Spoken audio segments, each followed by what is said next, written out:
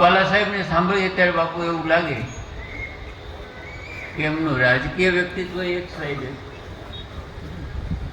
અને સાહિત્યિક વ્યક્તિત્વ બીજી સાઈડે છે, પણ બેયમાં માહિર.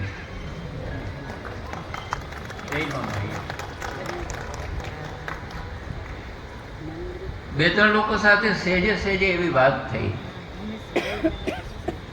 સહજ કે બગસરામાં રામકથા ચાલે છે. એટલે પૂછું કે તો શું અનુભવ થયો?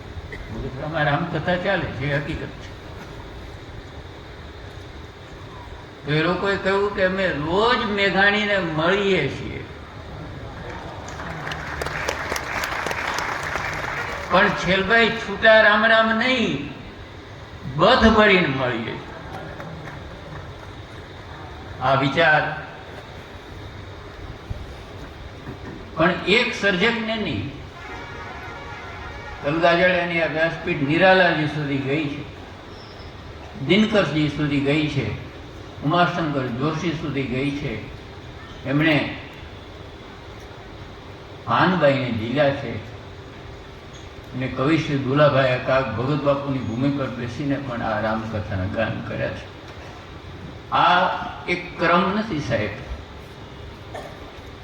હરીશભાઈ, એક ક્રમ નથી, આ એક ઇતિહાસ છે. આ એક ઇતિહાસ. મેઘાણીભાઈની વાત થાય એટલે જુદા માણસની વાત થાય. તારી રે જણશું વીરા જુદી, અને એજી એના જુદા જાણણ હાર, જૂઠારે નામ એના પાડીશ નહીં, ભલે ન મળે કોઈ લેનાર, જીજી જીજી શબ્દનો વેપાર. અને જીવનભર લોકના માણસ તરીકે સર્જકો ઘણા છે, અને સૌ સર્જક વંદનને પાત્ર છે, પણ લોકે જેમને ચાહ્યો હોય ને જેમને લોકને ચાહ્યો હોય એવા સર્જકોની યાદી કરીએ તો આ બગસરાના બેટાનું નામ સૌથી પહેલા મૂકવું જોઈએ. ઉમાશંકરભાઈએ કહ્યું કે લોકનિષ્ઠા એ એમના જીવનના કેન્દ્ર સ્થાને છે, લોકો પ્રત્યેની નિષ્ઠા.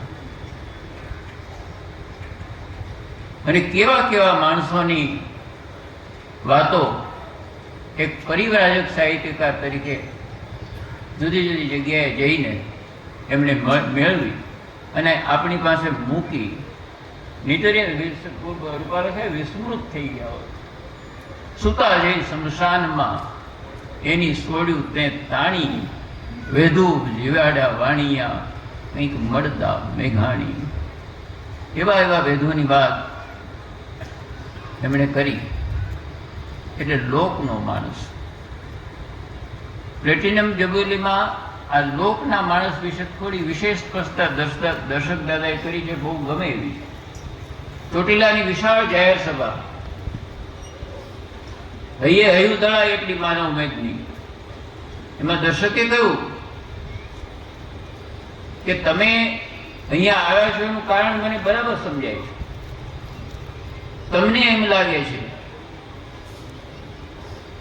કે અમે તમારા કુટુંબના કોઈક મોભીની સારી વાતો કરવાના છે એટલે તમે અહીં આવ્યા છો. મેઘાણીએ તમને તમારી ઓળખાણ કરાવી, મેઘાણીએ અમને પણ તમારી ઓળખાણ કરાવી.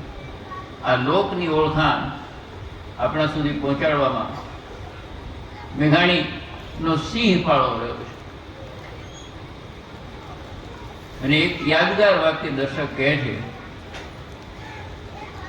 કે મેઘાણીને વાંચ્યા પછી કોઈ સામાન્ય જનનો તિરસ્કાર નહીં કરી શકે. એટલા બધા દાખલાઓ સાથે એમણે આ વાત કરી છે. ફર્યા છે, ઘૂમ્યા છે, અગવડતાઓ વચ્ચે, શારીરિક અગવડતાઓ વચ્ચે, સાધનોના અભાવ વચ્ચે. ગીરા કંદરા પહાડ ગજવતો, ગાંડો તુર થઈ ગાતો, અને સાવજ ને ચારણ કન્યાના યુદ્ધ નિરખવા જાતો. 14 વર્ષની ચારણ કન્યા એને જગદંબાસી જાણી, હવે અમર લોકથી આવ અમારા શાયર મેઘાણી.